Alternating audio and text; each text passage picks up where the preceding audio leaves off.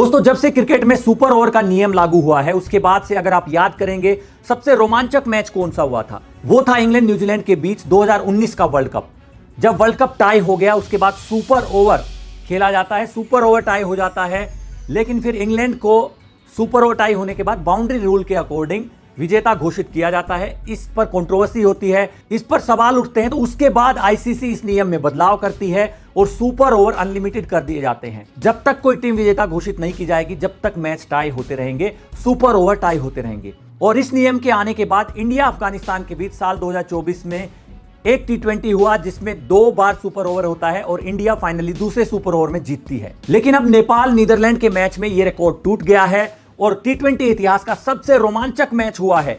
3 super over एक ही match में हो गए और 3 सुपर ओवर की कहानी क्या रही वो डिटेल में बात करें अगर, नेपाल ने कैसे कमाल किया, नीदरलैंड ने कैसे पलटवार किया और आखिरकार मैच में जब रिजल्ट आता है वो भी शॉकिंग है।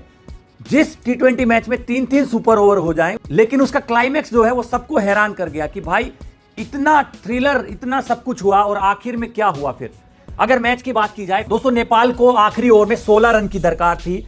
अगर 15 रन बनते तो मैच टाई होता। और सीन क्या होता है, नंदन यादव बैटिंग कर रहे थे, लास्ट बॉल पर चौका लगता है और मैच टाई हो जाता है।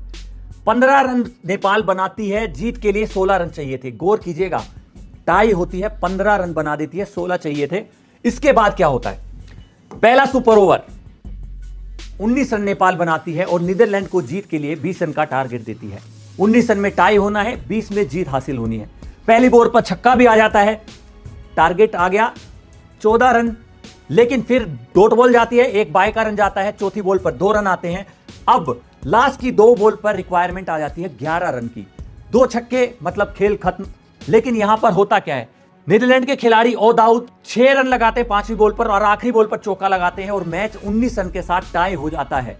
इसके बाद बारी आती है दूसरे सुपर ओवर की। पहले मैच टाई होता है जब 16 चाहिए थे, नेपाल से 15 बनते हैं। फिर सुपर ओवर पहला टाई होता है, 20 रन चाहिए थे नेपाल को, लेकिन 19 रन बनते हैं। अब बारी आती है नीदरलैंड की बॉलिंग की। नेपाल को बनाने थे 18 रन, 18 रन का टारगेट नीदरलैंड देता है, नेपाल को जीत के लिए 18, टाई होने के लिए 17।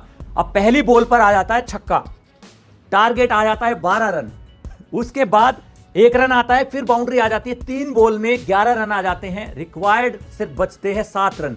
अब 3 बॉल में 7 रन, नेपाल फेवरेट आती है, लेकिन होता क्या है, 2 डॉट बॉल चली जाती हैं, लेकिन आखिरी बॉल पर दीपेंद्र हैरी छक्का लगाकर मैच को टाई कर देते हैं। मैच टाई होता है, पहला सुपर ओवर टाई होता है, उसके बाद दूसरा सुपर ओवर टाई होता है। और एक बात गौर करने वाली है, हर टाई में लास्ट बॉल पर बाउंड्री लगती है। मैच टाई करने के लिए लास्ट बॉल बाउंड्री, पहले सुपर ओवर में लास्ट बॉल बाउंड्री, फिर सेकंड सुपर ओवर में लास्ट बॉल बाउंड्री। एकदम थ्रिलर, यहां लगातार 3 टारगेट, लास्ट बॉल हिट होती है, मैच टाई होता है।